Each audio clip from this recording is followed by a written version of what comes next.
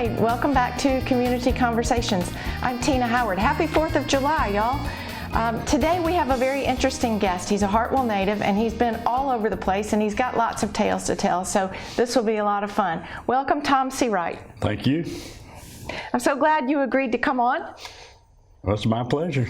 You know, I haven't known Tom very long, but I will tell you, you feel like a family friend right off. I feel very comfortable talking to you, and I think you're a super interesting person. Well, I feel the same way about you. So we were fast friends. So we started talking, you and I, about people that we knew in common. And it turns out that my cousin, Terrell Chapman, was one of your childhood friends growing up. We used to pick up Coca-Cola bottles out of the ditch together in our bicycle baskets and take them to the grocery stores for deposit. And me and Terrell was lucky enough to be in business when deposit went from 1 cent to 2 cents, and we thought we were rolling in money, buddy. Y'all doubled your money. That's a great story. And you were the class of 65 right. in Hart County High School. Which one was it then? Hartwell High School? Hart County High. Hart County High. It was Hart County. And so that's a big class, and a lot of that class went to the Four Winds, and a lot stayed here. But you were born here in Hart County. Born in Anderson, South Carolina. Oh, I'm sorry. In 1947. Okay. About 8 o'clock at night. Oh. And my mother was 5'2" and real petite, and I weighed about 10 pounds. Bless her heart. My goodness, you were a big baby. I was. Did you have and my wife says I still am. That's funny. Your mom and dad, you said, lived in Anderson, and when did you? No. They grew up in Hartwell. Oh. And they knew each other growing up. They lived kind of next door to each other, so they were childhood sweethearts. What a great story.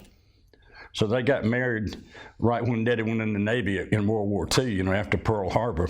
Right. And after he got out of boot camp and all, he was living in Tennessee. She went up there and lived with him in Tennessee for a while. And I guess that's where she got pregnant with my sister. Okay. So you have a sister. Pat.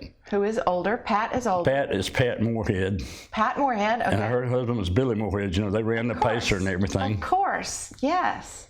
Yeah, fantastic. I didn't realize that. So then, how did you come to be born in Anderson? Well, there was no hospital in Hartwell.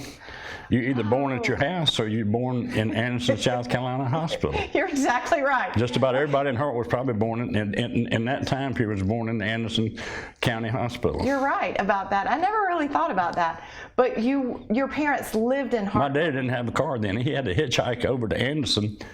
And then he got a ride back. He said, Tom, I can't quote what he told me. He said, but I was so scared when I get out of the car with this guy on the square, you know. Oh, no. And he said, that's the worst ride I ever had. That old road from Anderson to Hartwell was the most winding, hilly road in the world. In places it still is. Before the lake was before the lake, going across the old bridge and everything. Yeah. My mother used to drive over to Anderson to go shopping at Belts and Bell's Cobb and stuff like that. Yeah. And she's just scared of everything, you know. Oh, yeah. She'd drive down that highway and a big old Mack truck would get up on her bumper going down the hill either way from Hartwell to Anderson or from Anderson back to Hartwell.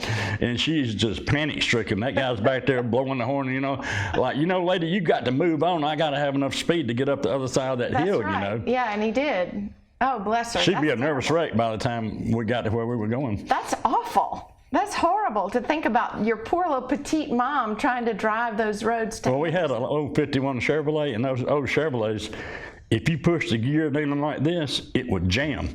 And Daddy taught her how to get out and get the hood up and even those gear shifts, even them up so you could shift gears again. Oh, wow. So she could do that. Golly, she was a woman of many talents. Oh, she was. She was a good mother. So you have one sister? Two sisters. Two sisters. Okay. So are you the last one in the birth order, or is No, Pat's the oldest. Okay. I'm next. I have a brother, David, who's 7 years younger than me. Okay. And a sister, Mary Helen, who's 10 years younger than me. Okay. You got a big family. Yeah, we did. That's awesome. And your father was in the service. He was in the My daddy was in the Navy. He was on MacArthur's radio ship. He went everywhere MacArthur went. Wow. He was at the Battle of Leyte Gulf, which is one of the biggest battles of the war, and the Battle of Okinawa. And he was at Okinawa. He said, I was climbing up out from, you know, from the below decks, coming up the ladder, and he looked up, and a kamikaze was diving right out of the sun toward his ship. The last minute, horrible. That plane leveled off and went for a bigger ship and missed both of them. Golly, I can't even imagine. I can't fathom that. And then another thing he told me when he was in the Philippines, all these guys are sleeping on top of the deck one night because it was so hot that nobody wanted to be on the inside of the ship. They're in hammocks and laying on mats on the floor and all that. This Japanese plane flew over and dropped what's known as a daisy cutter. It's a proximity bomb.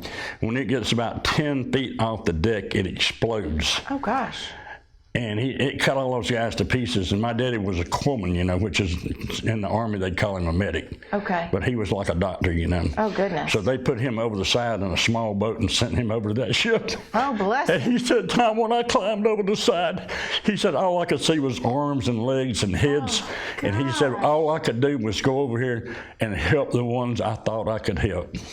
Oh, that's horrible. But my daddy, he told me a lot about his wartime experiences. He did. So he was one of the veterans that talked a little bit. A lot of the World War II vets were very closed off. Well, see, my uncle was with Patton.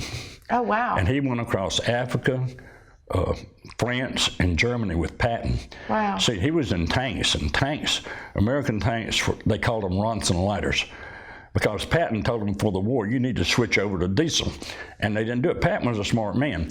They kept their tanks on high-octane gas. Okay. They had thin armor. Okay. They were faster than German tanks, and that's what they depended on was speed. Okay.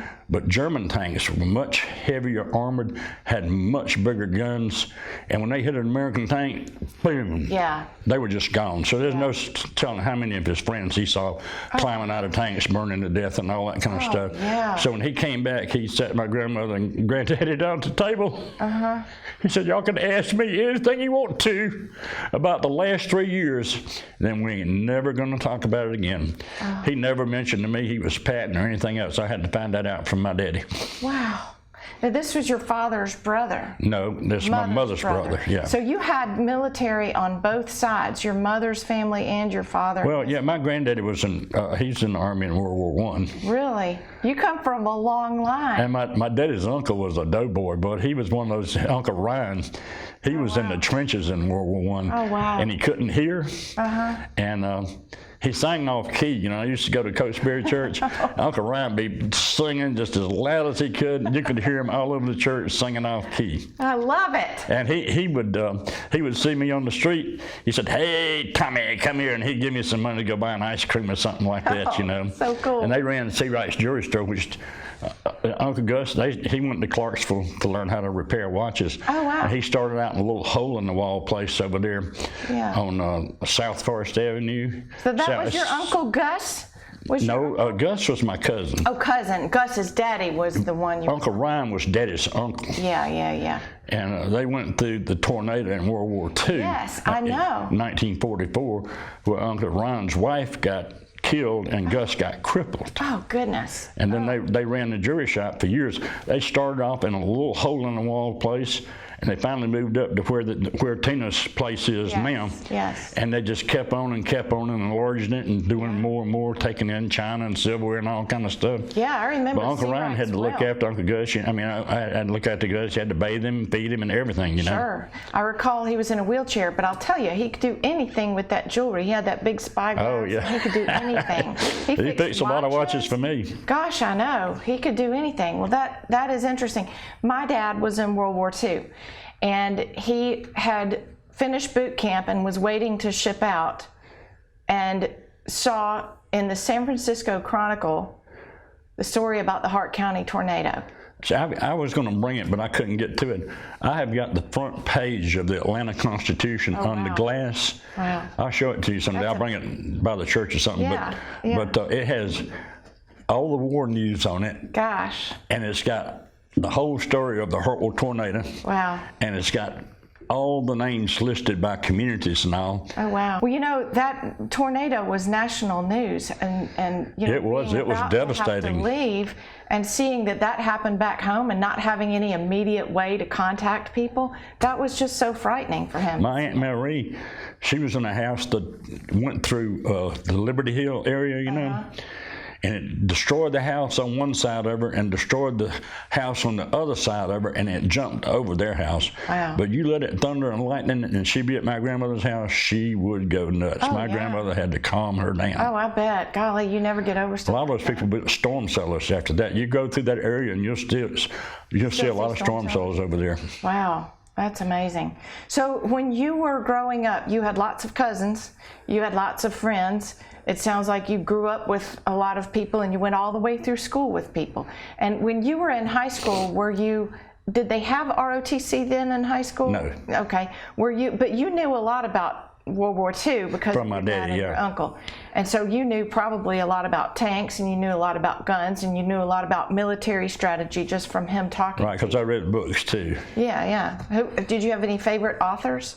Any books that you liked? Well, I liked the biography of Patton. Yeah. And MacArthur. Yeah. Yeah, they were amazing men, weren't they? I think, to me, Patton is the greatest general this country ever produced. Mm-hmm. Mm-hmm. They just couldn't control his mouth, you know. Well, but if something crossed his mind, he said it, you know. He said it out loud. Mm. Yeah. Like they said, he was a very religious man, you know, and he knew, like I knew later, you know, that God knows what day you're going to die before you're born. That's right. And if it's your day to die, you're going to die. That's right. Of a heart attack or a head-on collision or something. Right. And so Patton wasn't afraid. You know, a shell hit close to him, everybody else hit the ground, not him. And you know, he was always, you know, on the move. They couldn't keep up with supplies, you know, or shells and fuel, anything but Patton, you know. Mm-hmm. And they had a meeting, you know, when Bastogne, you know, during the Battle of the Bulge, when Bastogne was fixing to be overrun by the Germans, you know, it was like 30 degrees below zero and all. And they had a meeting, you know, with all the generals, the British and all the British generals. If you ever saw the movie Patton, you'll know. They said, anybody can go up there and relieve Bastogne right there, and all the British generals said, no, we're tied up, we can't go. They got to Patton, Patton says, I can attack with 3 divisions in 48 hours. And Beadle Smith said, George, I give myself a little leeway. He says, my staff is already working on the details. Wow. So he did. He went up there and he relieved Bastogne. That is an amazing... He marched his men day and night, you know. And the British general said, well, you can't ask your men to do that. He said, I trained these men. They will do what I tell them to do. Yeah. I said, they don't have to love me. They just have to do what I tell them to do. And they did. They went through the snow and ice and German ambushes all the way to Bastogne and relieved them. Wow. That's amazing. I'm going to watch that movie again just because you mentioned Me too. I love it. I love the music. I like the soundtrack from it and all that. Oh, yeah, yeah. Well, you're a true patriot. So tell us, when you were in high school, you graduated in 65, you said. That was right when, I guess, Vietnam was heating up, and your friends were graduating. Were they going into the military and the workforce or college? Bill Griggs and Charlie Thornton and Terry Herron went to North Georgia College. Okay. And I went to Southern Tech out in Marietta, which is a division of Georgia Tech. Correct. And I got tired of college, so I dropped out and I started working at the Fisher Manufacturing Company. Okay. And one of the biggest characters out of Hartwell, Johnny McCurley, his daddy was a tax commissioner for about 30 or 40 years. Yeah. Johnny's one of the funniest guys you want to run into in your life. Me and Johnny was working in the putting spring bottoms together. Now, Fisher Manufacturing made spring bottoms for textile mills. This platform in a thing that rolls on wheels, and you load these bobbins onto it, you know, and as you take them off, it comes up, you know.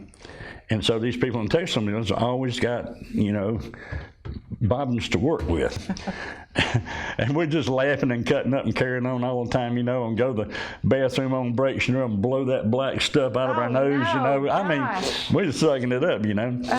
But Johnny McCurley, he went in the Navy, and he's one of the biggest characters to ever come out of Hartwell. Wow, funny. Okay, and so you, at what point did you enter the Marines? Well, I tell you what, I tried to join the Navy. Okay. And they wouldn't let me join because I had asthma. Now this was right after Southern Tech. Yeah, I dropped out and was working at Fisher. And you tried to join the Navy. Went down under the post office and tried to join the Navy. And when they found out I had asthma, they turned me down. Okay. So one day my buddy David Rumsey, who had already joined, came by the house. He says, Tom, let's ride out to Atlanta. And said, I'll get you in the Marine Corps. And went down So to the... you went all the way to Atlanta to enlist in the Marines? So I went out there with... But why David not? had already joined, see? Okay. So we joined on the buddy plan. Okay. Yeah, he recruited me, Yeah, so we went out there and I talked to this master sergeant, and he changed my birthday from August to September. Wait, what? He changed my birthday from Why? August to the 11th to September the 11th. Because he's a master sergeant in the Marine Corps, and if he wanted to change my birthday, he changed it. And it wasn't until a year later, when I was in California, I told Daddy, and he went to Anderson, South Carolina, and got me some miniature birth certificates and mailed them to me, and I took them down to the S1 office, and they changed my birthday back to August. That's crazy. Oh, that's the Marine Corps. But why the did Marine he Corps do is that, crazy, though? huh? He had a reason for doing it. I just don't know what it was. Well, he had some kind of paperwork or something that said I was born in September. He said, how many children in your family? I said, 4. He said, well, it's easy for a mother to get her birthday mixed up. Oh, my gosh. I'm talking, I got a birth certificate, but anyway. Oh, well. So they changed it. And so I joined and I came home. My brother and Daddy was sitting out in the front yard in lawn chairs. Did they not know you went? No. Oh, dear. So I got out of David's car and he left, and I walked over to him and says, I got something to tell y'all. And Daddy says, That's what? never good when somebody says that. And Daddy said, what? I said, I joined the Marine Corps. And see, Daddy had doctored the Marines from Guadalcanal and all when he was at the Naval Hospital training, Yeah. And he knew these guys, you had to go up and touch them on the foot or something because they come up crazy, I mean, they were wild men. Marines have been through it. Yeah, and so he knew what Marines were going to go through. He says, Tom, he said, I don't think you know what you've done, but he said, I wish you luck. Oh, my See, God. Daddy could have got me out. Yeah. Because of my asthma, because he used to sit up with me at night and help me breathe, when I couldn't breathe at all. Daddy sit up with me all night long, then I'd get up in the morning and go to work. Wow. But Good dad. so he said, I don't think you know what you've done, which I didn't, No. but I wish you a lot of luck. So Did your mom cry? no, she didn't cry. I don't think. She might have cried, later. She but just didn't want you to see it, probably. yeah. Yeah. She probably cried. She And probably so did. finally, I went out to the induction center in Atlanta, was- for a physical, and they said, they asked questions like, say, I had a bad knee too, a really bad knee. And they said, anybody here got a crippling injury? And he said, by that I mean I didn't see anybody coming here on crutches or a wheelchair.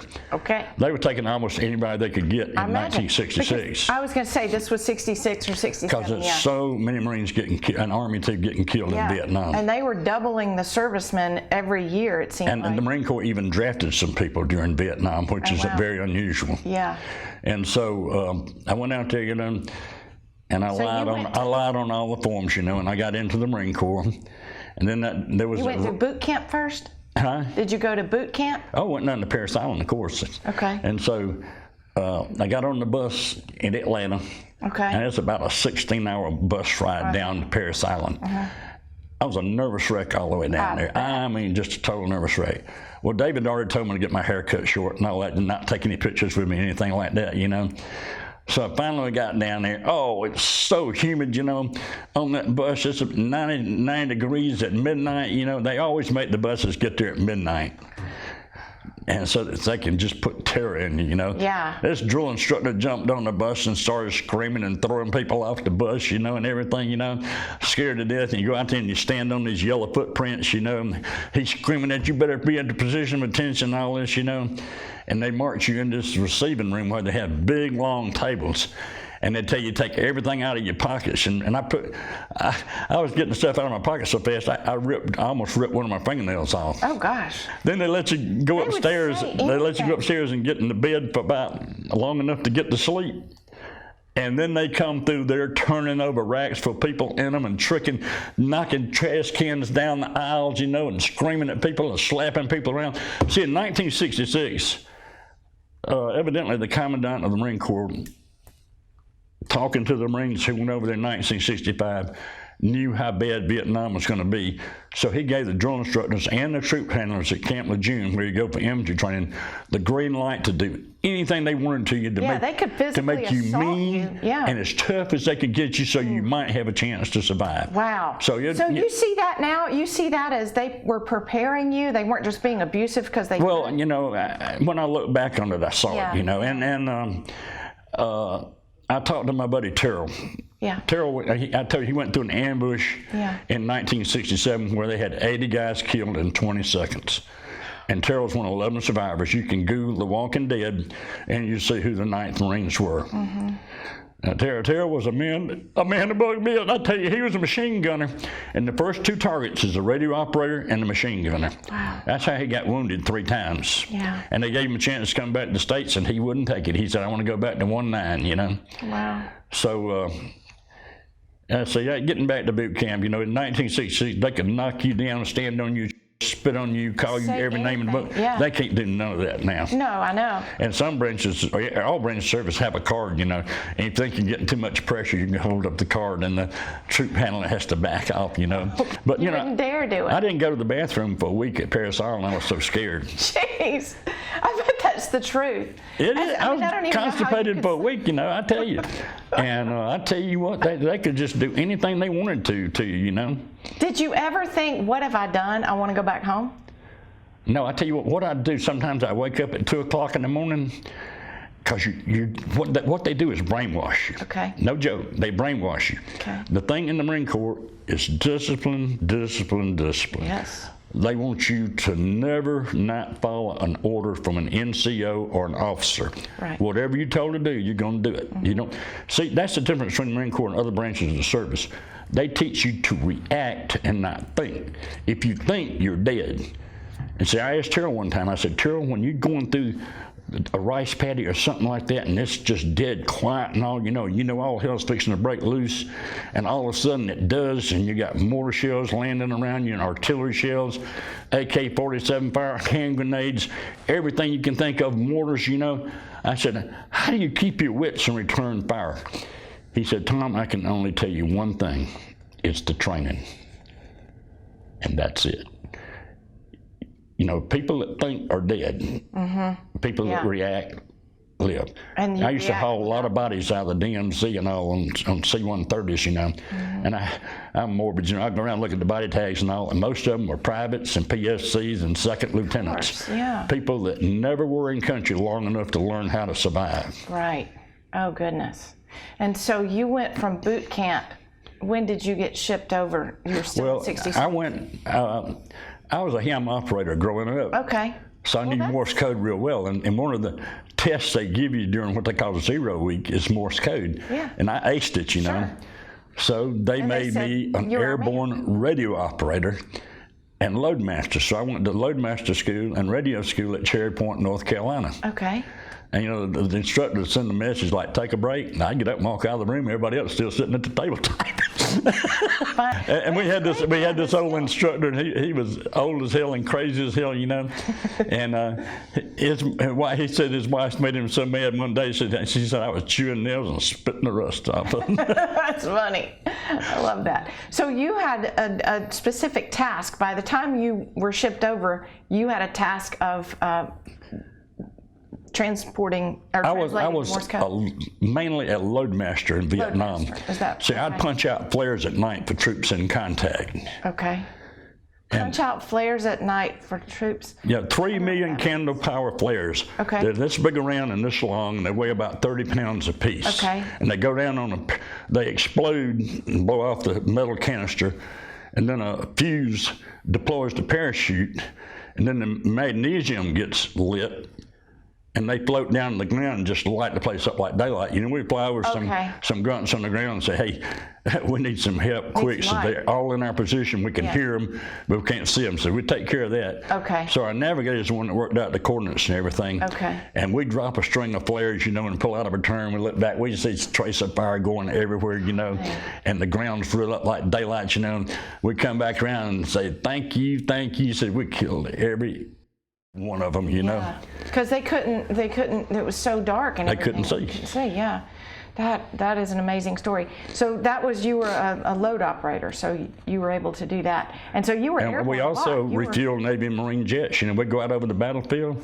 The jets would take off out of Da Nang and Chu Lai, and refuel Navy jets too that coming off the aircraft carriers. They take off heavy on ordnance and light on fuel, and they come up and hit the tanker for gas, and then go down and bomb the hell out of the NVA, you know, and then come back up and take on more gas, you know, so they could stay out there a long time. Sure, yeah. So you were in the air and you were refueling in the air. Yeah. Wow, that's technical stuff. Yeah, and then once a month, the Air Force provided the cover to keep the MiGs from coming down the coast 3 weeks out of the month. Okay. And they called it bar cap. And 1 week a month, the tankers, the Marine tankers, would go up there and refuel the Navy and Marine jets that were providing the cover. And we were up there one day, and they called our call sign and says, "Basketball 799, we have an unknown buggy at your 2 o'clock." You know, we're all up there looking for it, and we couldn't see it. And he said, "He's closing on you fast," you know, and we couldn't see it. You know, we're panicking, you know, because we're flying around at about 230 miles an hour, you know, with about 40,000 pounds of fuel on board and all, and we'd be gone like that. Incinerated. And finally, he vectored in a Marine F-4, you know, and he got a tally-ho on it. He said it's a camera drone returning to Da Nang. See, after they bombed Haiphong and Hanoi, these drones would go over and take pictures of the bomb damage, and they'd come back to Da Nang, and they'd come down in the water, and the helicopters would go out and pick them up, and then they look at the film. Okay, okay. So that's what that was. Yeah. Whoa. There were a lot of times, I'm sure, that you... we had near-mid errors all the time, you know. I was on a flare mission one night, and we had a pause in the action. I was sitting back there on the rail. See, we got 3 pallets in there rigged with the flares. Each one of them had 12,000 pounds of flares on them. And we had air delivery people with us, you know, their own pallets. So if anything happens, if a pallet catches on fire or something like that, we can open the ramp and the door, and they can extract the load. Well, I was sitting back there, and on one side, and all of a sudden I moved to the other side, and the next thing I know, the plane made the most violent maneuver I ever remembered, you know. I thought we were going down, but after talking to the pilot later, we were going up. All those flares turned over where I was sitting. Oh, gosh. They turned over on you? They would have. If I'd have been there, they'd have crushed me. Oh, my gosh. That's awful. It's, you know, something like that happens all the time, you know. It does. You don't, yeah, and it does. At the time, you don't think anything about it. It's right. Like when I retired and I had a chance to think about everything, that's when I had a post-traumatic stress breakdown and had to go in the VA hospital for a week. I don't doubt it. That's a lot. I had to go through the Superior Court judge of Hart County and be readmitted into the community. Okay, so you were still there, and you're in the air almost all the time, it sounds like. Oh, I tell you what, I had 32 air medals. It takes 25 dangerous missions to get 1 air medal, so that was 840 dangerous missions. And that doesn't take, I wish I'd have brought my logbook. You can see all the takeoffs and landings I made out of all the different fields in Vietnam, you know. Wow. And, you know, they're like, some of them are dirt and some of them got the corrugated steel matting, you know. And when a C-130 lands, it has to come in like this so that it don't get shot up. And at the last minute, it levels off and just hits the deck like that. And immediately, the pilots jump on the brakes and throw the props into reverse pitch. And so that plane's just going down that runway, just shuddering like that, you know. Wow. And you got guys in there sometimes that just come to the United States, they done got off a DC-8 or something, you know, where they was getting drinks and all kind of stuff. And now they're sitting on the floor with C-130 holding on to tie-down straps, you know. Yeah. And, you know, C-130 is loud.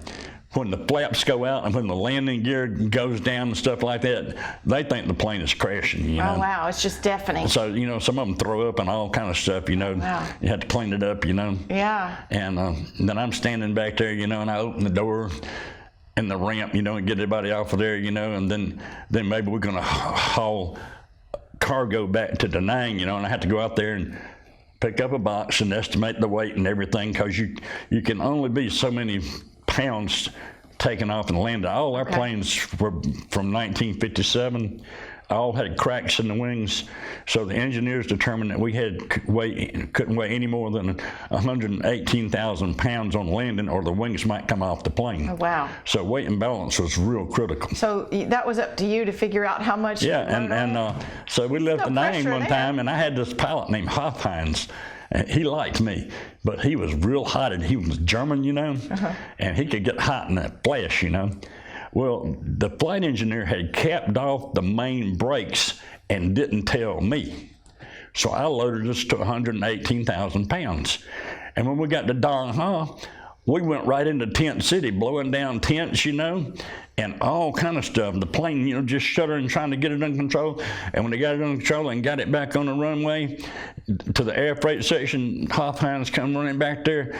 Loadmaster, how much did we weigh? I said, just what we're supposed to, sir, 118,000 pounds. He said, 118,000 pounds? Did you not know the main brakes were capped off? I said, no, sir. He said, that's all I need to know. Boy, he went and heat that flight engineer out. I bet he did. He did. Oh my goodness. Wow. There were so many that you probably can't remember, but you seem to remember everything. Well, I tell you, I remember one in particular. We went in flare mission. We were dropping flares south of Da Nang, and our colonel called us all the way from Okinawa. Said, break off what you're doing right now, proceed north. He said, contact this frequency right here and you'll get your instructions. We contacted them, and this all happened in a matter of minutes. Said, you're going to rendezvous with electronic countermeasure birds because you're going into the SAM zone. You're going to rendezvous with jets out of Da Nang and Chulai, gunships out of Quang Tri, and a slick out of Dong Ha. We had a recon team on the run in North Vietnam. And it turned out when I told Johnny Cook the story, it was his team. You're kidding. No. So we flew into North Vietnam, and so they gave us coordinates, and we dropped a test flare, and they adjusted it. Then we went in and dropped a string of flares. The jets went in and dropped napalm and high explosive bombs.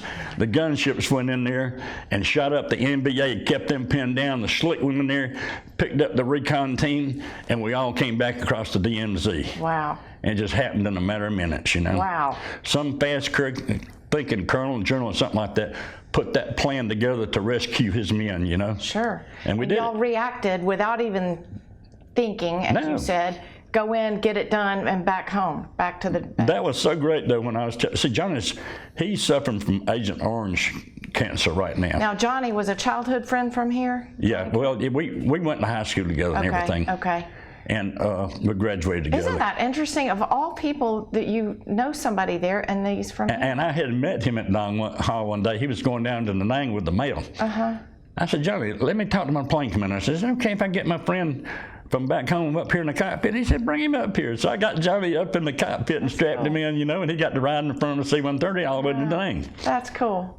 That is cool. I hope he's going to see this. I hope he's going to see this, and we're going to make sure he does. We're going to make sure he does. Yeah, because I can take the CD over there and play it to him. That's right. That's right. Well, he's got a real sweet wife, and she's been qualified as a nurse by the VA, so she's getting money for looking after him and all. Fantastic. Fantastic. That's amazing. And there's, I see Agent Orange got Terrell. Mm-hmm. Agent Orange got Emma Eaton. Agent Orange got Randy Haley. And Agent Orange is working on Johnny, but Johnny's so tough he might overcome it. How did you escape that? Well, I hauled it, but see, I never came physically in contact on the ground or anything with it. Okay. I hauled it in planes from Okinawa to Vietnam. But you were in the air all the time. Yeah. Otherwise, you would probably be dealing with it too. My other best friend, me and Terrell and Charlie Thornton were best friends. Charlie Thornton was on the ground, and I talked to him one day. I said, Charlie, are you worried about that coming on you? He said, I was in contact with it all the time. Oh. Tom, I don't know if I'm immune to it or what, but it could hit me at any time, Yeah, yeah. Wow. There was a Dow Chemical produced that. And then later they knew, that it would cause problems. Well, they knew then what it could do to you. Dow Chemical. Mm-hmm. See, the whole Vietnam War was a bad joke. Lyndon Johnson had Kennedy assassinated, so he and his friends, military-industrial complex, could get rich, making bombs, ammunition, uniforms, planes, everything, What do you think would have happened if Kennedy had not been assassinated? He would have got us out of Vietnam, and Vietnam would have never happened. Mm-hmm. That's exactly. See, we could have won that in probably about 3 days with our Air Force, with our B-52s. Mm-hmm. We could have gone in there and bombed Hanoi and Haiphong off the map. That'd have been the end of it. Done and back home. Yeah, the Gulf and Tonkin incident never happened. The guys that were in the Navy that was on the water said it never happened. The whole thing was fabricated, and that's what Lyndon Johnson used to start the war, the Tonkin Gulf Resolution. The Tonkin Resolution, yes. I know. But now that... See, there was never a plan to win. And generals that weren't even associated with what was going on in Vietnam was going down in the war room under the White House and making plans that made no sense at all. At what point did you realize that? After I got back. Okay, so you were there and did right not. there, I hated the draft protesters and everything. You know, I wanted to kill every one of them. You know, because because I had put my life on the line, and my friends had too. You know, right. And I thought I was doing the right thing, but I didn't know I was being used. Well, nobody knew back then No. they were being used. They were following the orders, and they were doing what your dad and your uncle and your grandfather and everybody before that had ever done. Right, you do what you were. See, at that point, you're not fighting for mom, apple pie, and all that. You're fighting for the guy on either side of you. That's right. That's right. I mean, this goes all the way back to our independence from Britain. This is. See, a lot of people don't realize how important God is to this country. If God has not wanted us to win the revolution, we wouldn't have won it, because the British are far superior to everything we had. Yeah. So. But He made it possible for us to win. Yeah. And this country got started because of that victory. And, you know, the Congress and everything used to have prayer and everything else before every session, you know. And now, you know, they had to take the 10 Commandments out, you know, and all that. See, that's what's happened since World War II is the liberals in this country have tried to take God out of things altogether, you know. And, you know, like Clinton and Obama and all, what they wanted to do, they were trying to start a great society where everybody was dependent on the government for everything. That's what they wanted, this to be a big socialist country. Sometimes everything does feel like a bit of a conspiracy. So when you were there and you finished up, when did you realize you were coming home? Well, I went through Camp Henderson in Okinawa, you know, with orders to come home. Okay. And this PFC was behind the counter, and he looked at my orders, and he looked at my MS, and he says, "Arch, do you know you're eligible for early release?" Well, when I got up off the floor, I said, "Are you kidding?" He said, "No." So he changed my orders from going to El Toro and Cherry Point for 10 miserable months in North Carolina, you know, which it is miserable. It's not close to anything. Okay. So he changed me to San Francisco and Treasure Island, which is a Navy base. Okay. Now that was coming home? That was coming home. So you're transitioning from there back home? Yeah. And instead of North Carolina, you go to San Francisco? Yes. Sounds better to me. And then while I'm there, you know, I went to San Francisco one night and wore my dress uniform downtown, down the worst street in San Francisco. That's just bold. Daring anybody to grab me, you know.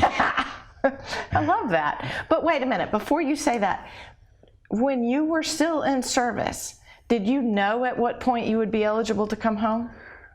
Or did you receive a letter? See, you go over there for 13 months. So it's a known ending point. Back then, you had a designated time period, you know, unless you extended or something. And so you always knew. So I went over there in September of 68 and came back in October of 69. Okay. Okay. So I had a general idea of when I'd be coming back, and I didn't know exactly. Exactly. And do you remember finding out exactly? Do you remember saying? Well, I'll tell you what. Let me tell you what I did to get out of the Marine Corps. All the guys I came in with got gone, and I was still there. So I saw the sergeant from the admin office. Now, people from the admin office can do anything they want to. Okay. You don't ever cross somebody from the admin office. They can lose your pay records. They can lose your leave records. They can strike out all your leave. They can do anything if they get upset with you, they can do anything they want to with you. And so I said, you know, I'm still here and all these other guys are gone. Can you check on it? He said, I'll meet me back down here tomorrow. Yeah, because you should have been cycling out with them. Yeah, with everybody I came in with. So he checked on it. The next day he met me on the dock of the bay, you know, back when the song was popular and all, you know, and watching all the big ships of the world go by and all that there. So he says, well, there's two conflicting Marine Corps orders on your MOS. One says to keep you, and one says to let you go. I said, what would it take to get it straightened out? He said, how about $20? I whipped $20 on him, and 2 days later I was processing out. Oh my gosh, you had served your term. It was just a mix-up and you were going to be held longer. Yeah. My gosh. While I was trying to determine whether to keep me or let me go. All right, now, $20 my buddy you ever Charlie spent. Thornton, he was working in the 2nd Marine Division headquarters, and he had to stay in longer than me. I went in before him, Okay. but he had to stay in longer than me. Okay. And he was coming home on leave on the weekends, you know. So I told him about it, and he said, I'll check on it for you. Now, Charlie is some kind of guy. Okay. He's on the desk at 2nd Marine Division headquarters at Camp Lejeune. Okay. Some second lieutenant comes in there and says, you better lock your heels and salute me or something like that.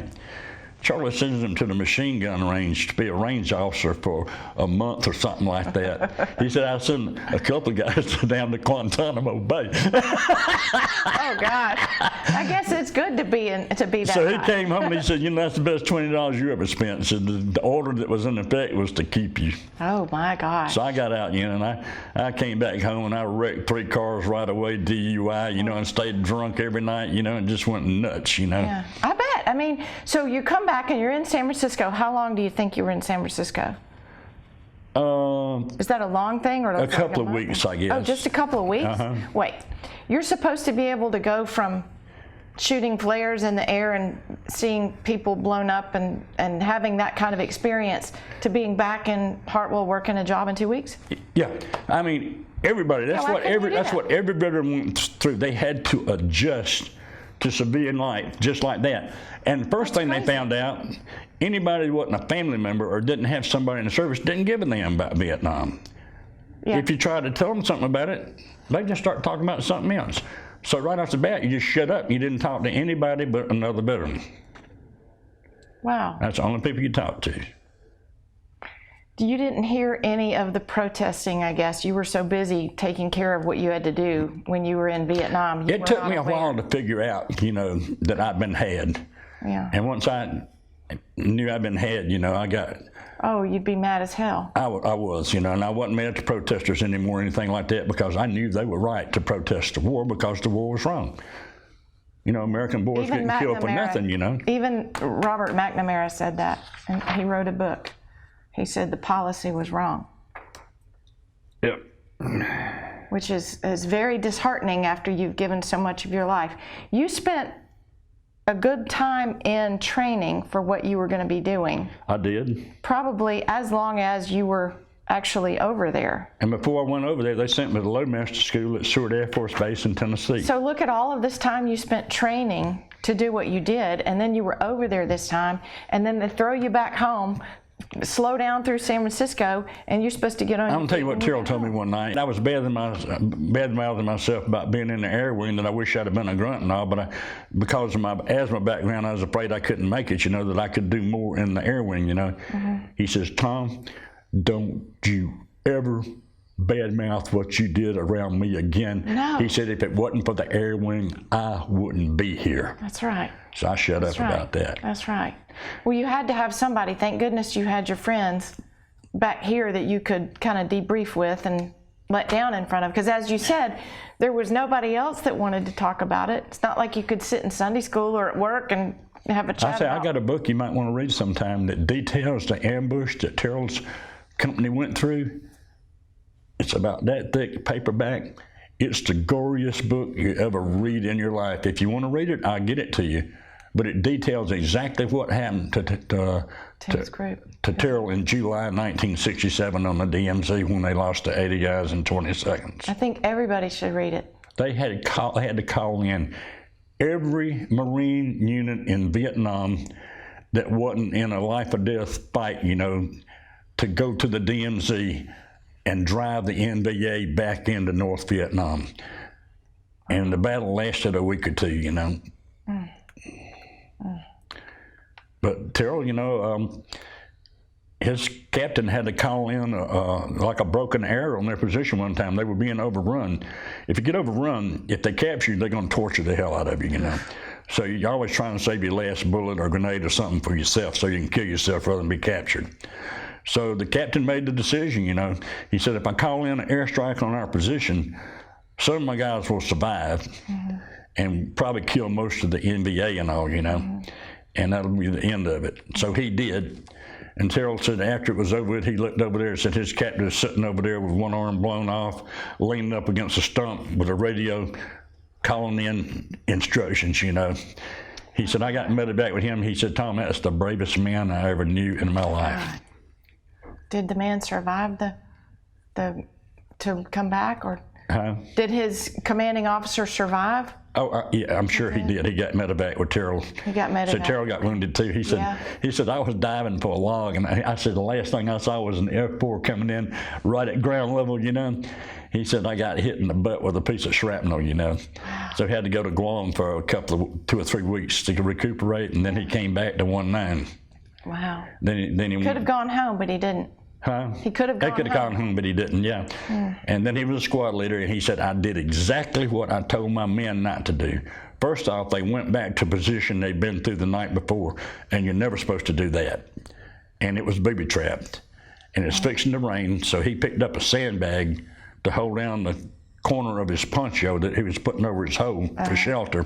It was booby-trapped. Blew off his left leg, and his right leg is nothing but scar tissue all the way down. They flew him back to Da Nang and on to Japan and on to the hospital at Philadelphia. They called his family in 3 times and said he's not going to make it. So they had to fly up to Philadelphia 3 times. But Terrell's so tough, he made it, you know. And then he married his Candy Stripe nurse. Yeah. And came back to Harl, got fitted with artificial limb, went back to water skiing and driving a straight shift Jeep, you know, and working as a carpenter, became a supervisor and all that, fathered 4 boys, you know. And Terrell's just a tough guy, you know, just tough. Till Agent Orange got a hold of him. I know he's proud of his 4 boys. All of them have done really well. And his wife, Cookie, she came to the hospital in Augusta. I went down there and stayed with him. I just drove my truck down there and put some clothes in there, you know. And I snuck in there one night, and I got past all the guards and everything, you know, and got into his room. And he came out from under the influence for the drugs for about 30 minutes. We talked about high school and girls and everything, you know, for about 30 minutes. The nurse came in and said, you're going to have to leave. I said, I ain't leaving. So she got her doctor, and he said, you're leaving. I said, okay, I'm leaving. So the next morning was his last morning. And I was in there, Cookie was in there. They were divorced at the time, but she loved him so much. She was there with him at the very end, and 2 of his sons were in there too. And he was laying in that bed. I had to go down my truck and get him a white T-shirt to wear because he didn't have a clean T-shirt. So I had a brand new T-shirt he could put on, you know. He's laying in bed. Now, this is the saddest thing in the world. If I start crying, I can't help it. It's okay. We'll get But he's laying in the bed, and the doctor's standing at the door. And you can see in Terrell's eyes, he wanted to say, am I going to die? And the doctor's saying, son, don't ask me that question, you know. So Charlie Thornton, who was, you know, well-to-do, well, he's probably the most successful accountant in South Carolina at the time, you know. He paid for a hospice for Terrell, and the class of 65 ended up paying him back for it, you know. But he paid for a room and an ambulance, and we kept waiting for hours and hours for the ambulance to come, and finally it came. And me and one of his sons and 2 ambulances picked him up out of the bed and put him on the gurney and walked him down to the ambulance, you know. That had to be one of the hardest And I'm thinking, you know, it was, and I'm thinking, you know, this, I'm medevacing him for the last time. This is the hardest thing I've ever done, you know. And he went in that ambulance, you know, and I never saw him again because I wouldn't go see him in that hospice because I'd had that 30 good minutes with him and all, you know. Yeah, that was a blessing. So that sent me into this tailspin. Again, that put me in my post-traumatic stress breakdown. Oh, my because gosh. Terrell was such a dear friend. Oh, Tom. And then I ordered this video on Vietnam. I got a big screen TV, and I'm watching this C-130 come into Quezon. I had about 200 hours of flying time on that plane. It was, tail number's 813. Turned out to be an unlucky plane. Well, 813 got shot down coming into Quezon carrying a load of fuel bladders. You know, there's 25,000 pounds of fuel for tanks and trucks and stuff like that. They got shot up coming in. They blew up on the runway. Well, Charlie Thornton was down there to get the mail, and he watched that plane blow up. So I was hoping you weren't on it, Tom, you know. And the pilot and co-pilot and the navigator escaped. Everybody else burned to death on that plane, you know. Gosh, I don't know how anybody survived that. They just crawled out the front hatches, the windows open, and you crawl out. They crawled out the front. Stanley Rank, you know, he had to go to the hospital in Houston for burns. His face was just severely burned. His ears almost burned off and all that, you know. So, you know, they fixed him up finally. Anyway, I saw that and the combination of Terrell. What happened to Terrell, that sent me in the tailspin that put me in the VA hospital, you know. I bet so. Now, that was in 2010. So you were home drinking and cutting up and trying to blow off some steam, because I don't even know how I don't know how re-entry is supposed to work. See, at that time, I had retired from the phone company. Oh, okay. See, I worked so much overtime at the phone company, I hadn't had time to think about Vietnam. But when I retired and saw the video and everything, and started having flashbacks to things that happened and all, you know, so then that's when it all hit me. Yeah, because, you know, you think if you get through the first few years back home and transition back home, then you're okay. But that's not the case. No. That's not the case. You think at all. you're all right, but you're not. You're just kind of putting it back there. Yeah. Yeah, and something brings it out later. So you had a long career with the phone company. I spent 39 years working with Southern Bell, Bell South, and AT&T. Yeah. I climbed poles for 8 years out in the country, stringing wire through cow pastures and putting phones in chicken houses and crawling under trailers, you know, and all kind of stuff, you know. Met every kind of person in the world, you know. You had how long of a career? 39 years. 39 years is a long career. I installed PBXs in every hospital in Atlanta. Wow. All the major law enforcement agencies, Gwinnett County, Fulton County, Cobb County, Atlanta City Police, you know. Wow. I installed phone systems in all those places, you know. When I'm doing courthouses, I get to sit down in a room and talk to a judge or something, you know, about fishing or hunting or something like that. Yeah. I mean, I taught, you know, I put phones in law offices, warehouses, trucking companies. There's nothing you can't think of where I didn't put a phone system into it. Wow. In 39 years. Wow. Tell me how you met your wife. Oh, I met Louise at a dance in Roswell at the American Legion. Now, are you still working at Bell South at this point, or Southern Bell? Yeah, I was working at Bell South then. And you were in Roswell. So I met Louise, you know, and this girlfriend of hers came out there on the dance floor and said, "Hey, my friend wants to meet you," but I just embarrassed the hell out of Louise, you know. So I went over there and started talking to her and dancing with her. And now, you saw Louise and you thought, wow, she's she's built like you wouldn't believe. Oh. So she grew up riding horses and all, you know, and she rode rodeo and coached rodeo. Oh. And so I just got head over heels after her. Right away. So one day we were in the kitchen at Ackworth talking, you know, about getting serious whether to get married or not. She said, "Let me tell you something right now." He said, "This is one thing you better understand." She says, "What you see is what you get. I ain't nothing but country." I said, "Well, Louise, you're just what I'm looking for. I already had 2 city wives, and that didn't work out." So we've been married ever since, you know, and she's the one that bails me out of jail and everything when I get locked up and all. And she helps me keep finances in order and all that stuff, you know, and tells me when I'm spending too much money and stuff like that. It sounds like you better just kind of stay on your toes for her. She's a sweetheart. That is great. That is good. And you said she's a good cook. Great cook. So you don't even. She ran her own restaurant for a while. Oh, wow. And then she worked in Waffle Houses and all kind of restaurants and all, you know. She's worked in factories and all. She is one tough woman, let me tell you. She's a tough woman. You need a tough woman. I do. Tough women are good. They are. I don't have a problem with that. That's awesome. So getting back to your, when you were out of the Gainesville, when they pulled you into Gainesville and then you were able to come out, if you were to tell somebody else who was a fellow veteran, how do you keep your feet on the ground? Well, I'll tell you what. I thought it was okay, but it took me months to come back down to earth. We were going bankrupt. Yeah. Happens to the best of And people. my house, I had about a $150,000 house up in Ackworth that I loved. It was a great house. It got sold on the courthouse steps on Christmas Eve that year. Yeah, Merry Christmas to me, right? So Louise and I, we just got down on our knees and prayed about our situation and all.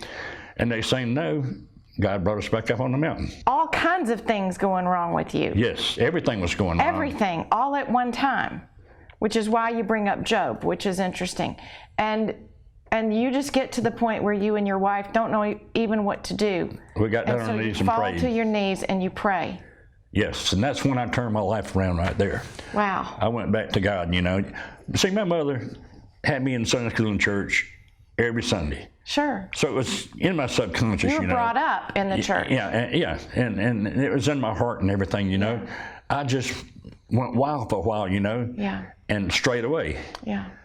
But they say once saved, always saved. That's right. So, you know, next thing you know, everything's going good. Okay. And it has been ever since. Oh, that's good. That's good. And so that's a very good coping mechanism. Well, you know what, Doc? God will take you down in the valley and test you, like He did Job. And Job never turned on God, and we didn't either. We said, you know, the only thing we get out of this is we both believe in God and Jesus, you know. So we got down and prayed about it, and next thing you know, He answered our prayer. He lifted But you He up. will test you to see if you're going to whine and cry about it, or if you're going to try and do something about it and be positive. Yeah. You know. Yeah, you're right. Now, a lot of people need to hear that, in my opinion, because a lot of people get tested and they crumble. One thing I want to do before we get completely off the subject, all right. I want to list all the guys from Hartwell that went in the Marine Corps. Would you do that? Yeah. That would be so cool. Jerry Malden, Okay. Charlie Thornton, Okay. Terrell Chapman, Emma Neaton, Randy Haley, Johnny Cook, Barry McCurley. Robert Wages was an Army Ranger. Now, me and Robert grew up together playing Army in his backyard or everywhere, you know. We wore our canteens and ran through the backyard, you know, firing and all that stuff. Robert was in the Army since he was 5 years old, and he was a Ranger. Funny. Robert's a great guy. Wow. He's got Alzheimer's now, you know. Oh, bless him. He don't know what's going on. All right, I have to tell you about Buck Chapman. Me and Buck pulled a wagon from his house all the way up to where the Seneca and the Tugelo come together to form the Savannah River up in Reed Creek. What kind of wagon? Just a little cart with wheels on it. You pulled it with what? Us. You just pulled it? The two of us pulled it. And we bought some cigarettes. You were little then. We had the cigarettes on the wagon, and we was on about the bridge before you get to that Reed Creek store, you know, across from where the VFW and all is. Yeah. His daddy Wilbur came driving up in his truck bringing us a Coca-Cola, you know, and it was hot as hell. It's summertime hot. He got out to bring us that Coca-Cola, and he looked over there and he saw them cigarettes, and he said, uh-oh. He said, I see something I got to confiscate right now. Well, he took our cigarettes, you know. That's so funny. And we didn't have any money to buy any more. So we pulled that wagon all the way up to the lake and put up our tent and all camped down. That night the wind came up and blew the tent down and all that stuff. But Buck Chapman is one of the greatest guys in Hartwell. Aww. He'd give anybody the shirt off his back, and he is just flat out good as gold. He is. I agree with you on that. Now, Billy Kidd is another person like that. But I got to tell you what Billy Kidd did to me in kindergarten. Uh-oh. He and David Milford, were cousins, you know. They ganged up on me and stole my cowboy hat and were playing keep away with it. Oh. This at Ms. Melba's kindergarten, so I had to go to Ms. Melba and get her to get my cowboy hat back. That's so funny. Now, let me tell you about Charlie Thornton. Okay. Charlie Thornton, you know, is Mr. Proper, you know. He's a great guy. He's a professional man. I don't know he's him, cool. But me and CPA, I believe. Charlie Thornton and Terry Herring went to Myrtle Beach one time when I was home on leave from the Marine Corps, and we were at the pavilion at Myrtle Beach, and Charlie is playing like he's drunk. Now, I've never seen Charlie drunk. He just don't get drunk. And he's crawling up stairs on his hands and knees. He comes up to this cop and he sees these split shine shoes and these creased trousers, you know. This cop says, "Son, do you think you could walk?" He says, "Yes, sir." He walked up them stairs real good, you know. That's so funny. Who else is on your list? Anybody? I think I got everybody up. Think you got everybody? Well, this has been fun. I think we've got enough for another show sometime, so maybe you'll come back and share more with us. But thank you for sharing your stories, the tough stories, the proud stories, and the stories of redemption and your faith. And it was just such a compelling hour, and I really can't thank you enough for all of your It don't seem military like it's been an hour to me, I tell you. 5 minutes, it seems like. I know. but thank you for everything that you've done for the country, and thank you for being here with us today. Well, thank you for having me. You know, I love you. Oh, I love you. You're one of the sweetest people I know. We're friends. We're fast friends, aren't we? We are. We're two peas in a pod, really. Two peas in a pod. I love it. All right. Well, thank you for joining us on this 4th of July. I hope it's a great week, and we'll see you again next week.